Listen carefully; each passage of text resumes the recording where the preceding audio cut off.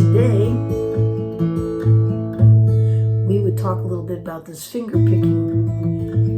I don't know if you recognized what I was playing when we first opened up.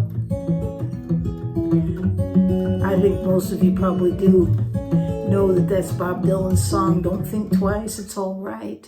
It ain't no use in sitting and wonder why, babe, if you don't know me by now. Remember that song? I was 9 years old when that song came out, so that was a long time ago. And actually, when Bob Dylan wrote it, there's a song out there. What is the name of it? It's written by a guy, his name is Clayton. But anyways, he put a song out in 1960. And, I can't recall. I'll write it up above there. But that song, if you listen to it, you can tell that that was where Bob Dylan got his inspiration to write this one. Well, they're not the same songs, but you can hear similar elements in it in terms of the way it sounds and even the words. So it's kind of interesting to note that. But they're not the same songs. And it's not unusual for one song to use elements from another song. We see that over and over again in music. There's some songs that have the same strum patterns, the same chords, everything, just different words. And they all kind of mesh together after a while. But truly, this one, the writer for the first song, he wrote his in 1960. His last name was Clayton. And then Dylan wrote this, or released this in 1963. So, I was just a little girl riding my bicycle, stealing tomatoes from the farmers. I was brought up in Palatine Bridge, New York, this little place right here. But anyways, I thought today we would work a little bit on that song, but focusing a lot on finger picking, this fingerstyle. And getting your fingers to obey you it's a lifetime challenge. I still have to work at it. And things that I work on, I just can't figure out why my hands won't do what I'm thinking. So you have to, but I found that you have to repeat it over and over and over again. At least I do. And all of a sudden, it's just there and I don't have to think about it anymore. It's a good idea if you're playing with groups, people, to play things before over and over and over again to where, you don't have to think about it when you're playing. You can just enjoy it. That's something I probably don't do enough of and it's so very important. Repetition is so very important so that you get so comfortable. You don't have to think. I'm always having to look at cheat sheets and stuff. And really, if I spent more time, I wouldn't have to do that. I know that. But it's just getting the time and spending that time until your brain gathers it up and puts it in a place where you don't have to think about it anymore. It just becomes natural. And it's fun because then you can really enjoy your playing a lot more. But that's the same thing with this finger picking thing. At first, it's awkward. And you just don't think. You think, how in the world am I going to get that? But I tell you, if you keep working at it and work on the elements separately, then bring them together, it'll become comfortable to you and you won't have to think about it, okay? So I'm going to try to give you those elements. I'm going to try to break it up a little bit, and we're going to bring it back together. We'll use this song of Bob Dylan's simply because the chords are super simple. And it is a neat old song, and I love the way he brings it out. If you listen to him playing, he's using harmonica a lot. He's not just finger picking. There's some strumming going on as well, but we're just going to be focusing on the finger picking. In fact, I think he capos it at the 4th fret and plays in C, which would be the key of E. We're going to play in the key of A. I'm capoing it on the 2nd fret, playing in key of G. Okay? All right. So let's get started. So let's start out with the first chord. And when you're hearing that song, I'm trying to bring the melody out.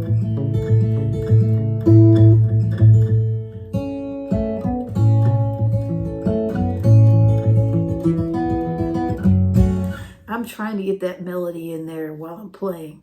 And so that's something that'll, well, it comes later, but that's what you want to strive for, is to not just play chords, but try to get the song to come out of it too, so that when you hear it, you can hear the song. And that's a lot of fun. It really is. But it's a challenge, and it's something I'm working at all the time, to try to find ways to make my music sound fuller, to sound more complete, to sound like you're not just hearing bass notes, you're not just hearing chords, but you're hearing the song too. And so you can do that when you're finger picking, because you can reach in there and grab the notes and add it to the chording that you're doing. And of course, if you've got this bass going on here, it just, to me, the bass is everything. That beat it brings. You remember that old song, It's All About the Bass? It really is. So I'm not going to go there again. I know we did videos on that, but it is all about that bass. And so for this song, it's bringing in that bass, which brings in the rhythm along with it. And I don't know, it's just pretty cool. So we're going to start out with that bass, okay? And basically what I'm doing is my thumb is alternating. In this case, I'm starting out alternating between string 5 and 4. You don't have to do that. You could do 5 and 4, 6 and 4. You could do 5 and 4. You could do 6 and 5. I mix it up as I go along.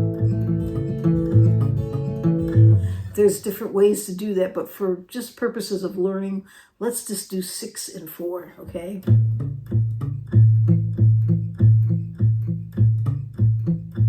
I'm picking up the 5th string there every once in a while. So you'll notice I'm anchoring myself right now with these strings so that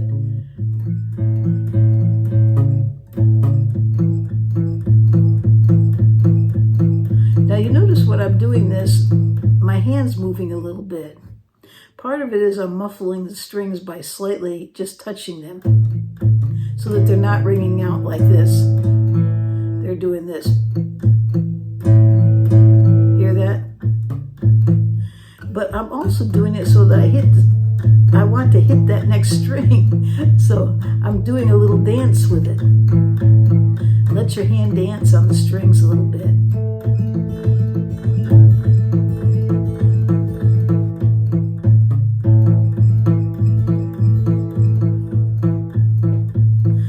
So it's a good idea to practice just doing your thumb and slow down if it's too hard.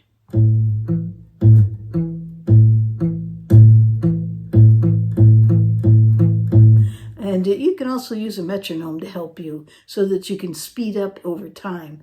But start out.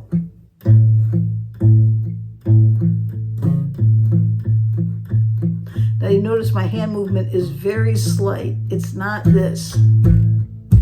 Okay, we're not playing the drums here. We're just, most of the work is in the thumb. But there's a little movement there, but you'll notice my wrist is staying straight. I'm not doing this. You'll never be able to play it if you're attacking it like this. Okay, you want your hand over the sound hole like this. Your hand is kind of resting on the strings. Not too much, or you won't get anything. And not enough, you'll get too much open. Okay, so.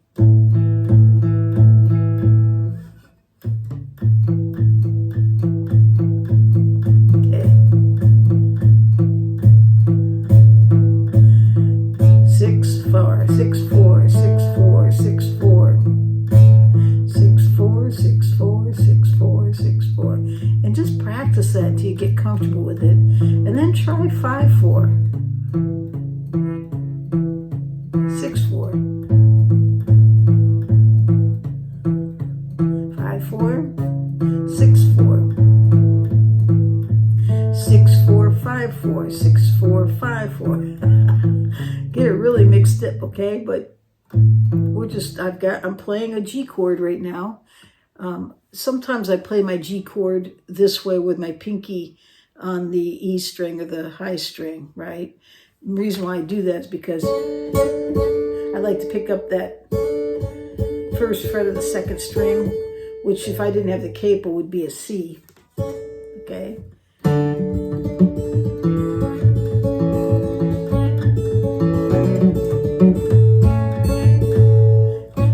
Great for hammer-on. Okay, all right. So we're just playing G. So that's what I want you to do is practice that. Work on that. Spend time with that and then get used to doing different strings. Reverse it.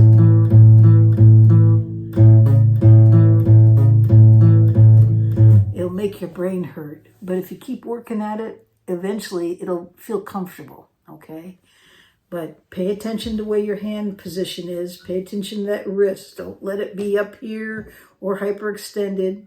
And let that palm, this part of your hand right here, this is actually it's the heel. It's just basically, it's just touching those strings lightly.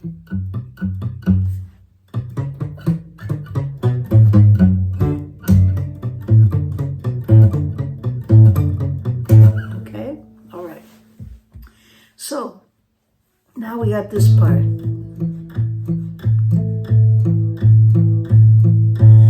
So while you're doing this, try changing the chords. By the way, get the chord chart for key of G. Write this in your search engine. Key of G, Bob Dylan, Don't Think Twice. It should come up. You should see it someplace. I use Tabs, okay? It's a really great app. And you can find just about anything there. And you can transpose it too. And you can find different approaches. Everybody's got a way that they approach it, and you can go through and find one that fits you or find one that fits your voice. But Tabs is a really, really good place to go. I'm not sure if you have to pay a fee. I think I've been using Tabs so long, I pay nothing, and maybe, just maybe, that's what's everybody. I'm not sure if they do ask you for a fee, and if it is free, I'm not sure. But I don't pay anything, and it keeps all of my music that I like to save, and it's been doing that for a long time. I think I might have paid early on when they first started it. So it's because I've been on this for years now, so I'm not sure, but I don't pay anything, and it's just all there. It's an excellent app. So check that out. And you can put Bob Dylan in there, and all his music will come up, or you can put Don't Think Twice, it'll come up. Get the key of G, put the capo on the second fret, and then start practicing this. And then don't just do this, but change the chords, okay? It ain't no use in sitting and wonder why, babe, if you don't know me by now.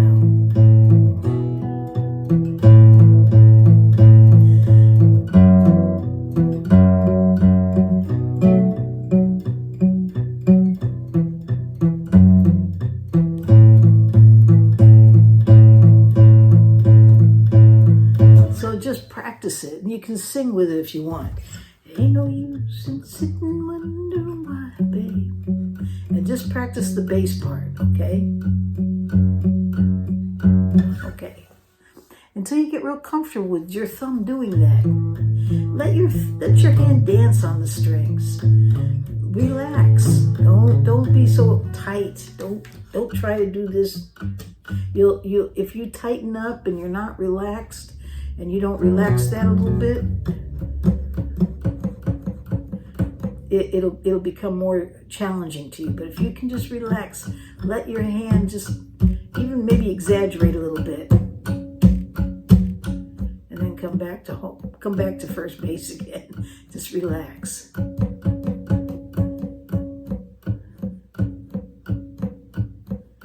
Okay.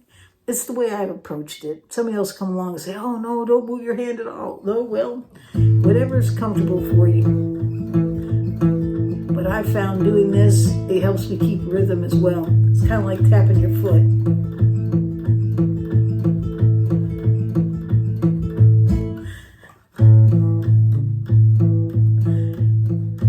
And it's just a slight movement. It's not exaggerated.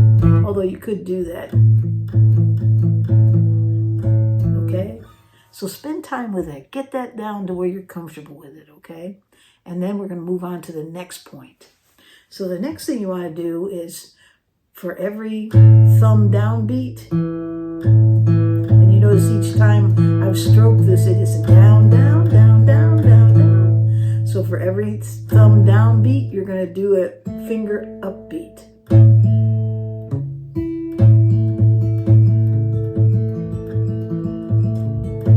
So it'll sound like this. So let's slow it down a little bit.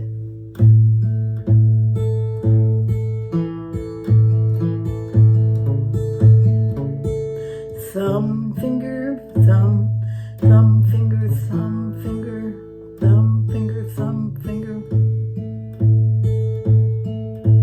And what I'm doing is I'm only playing right now as I mix it up, and it's really hard for me to stop and explain it, but I'm going to try to do it, okay?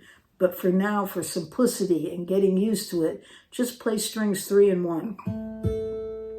First finger and ring finger, okay? Or if you want to say first finger, third finger. So it's going to look like this, okay?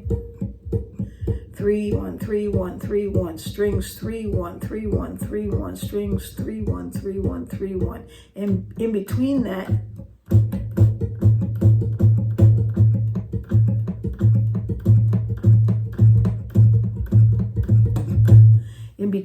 you're going to place the finger picking, okay? So let's try it again.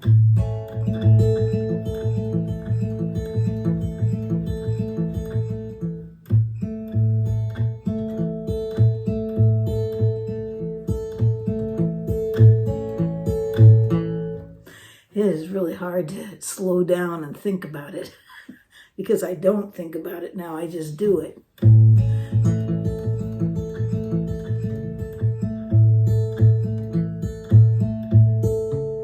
Thumb, finger, thumb, finger.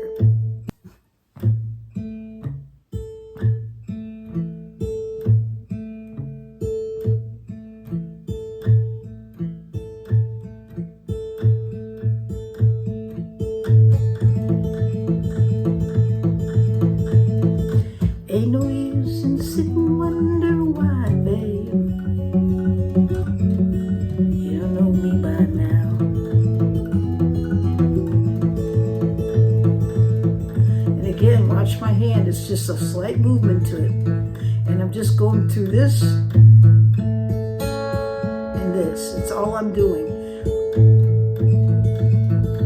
That's it. But because it's going in between,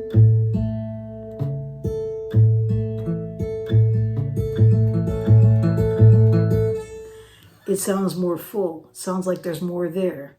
And really, it's just basically 4 notes.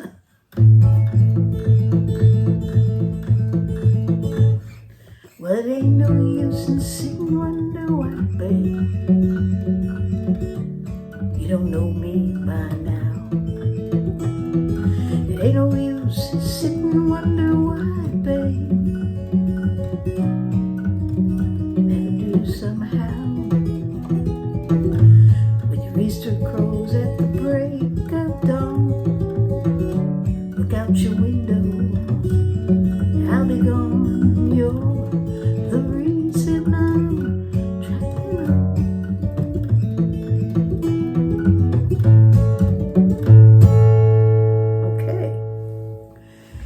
So I just spent 19 minutes trying to explain it.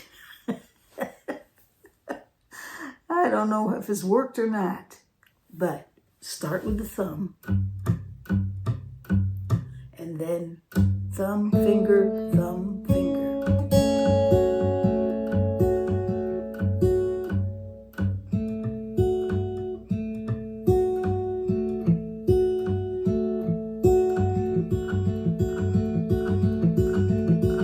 There it goes. I want to get to the place where I'm not thinking about it.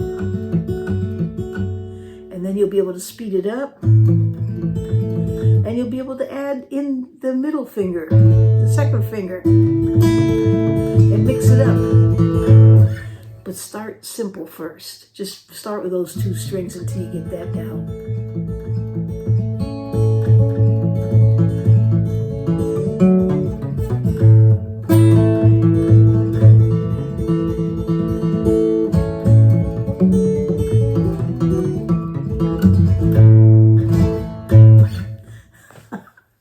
Okay, well, it's fun. And it's fun to try and work at it.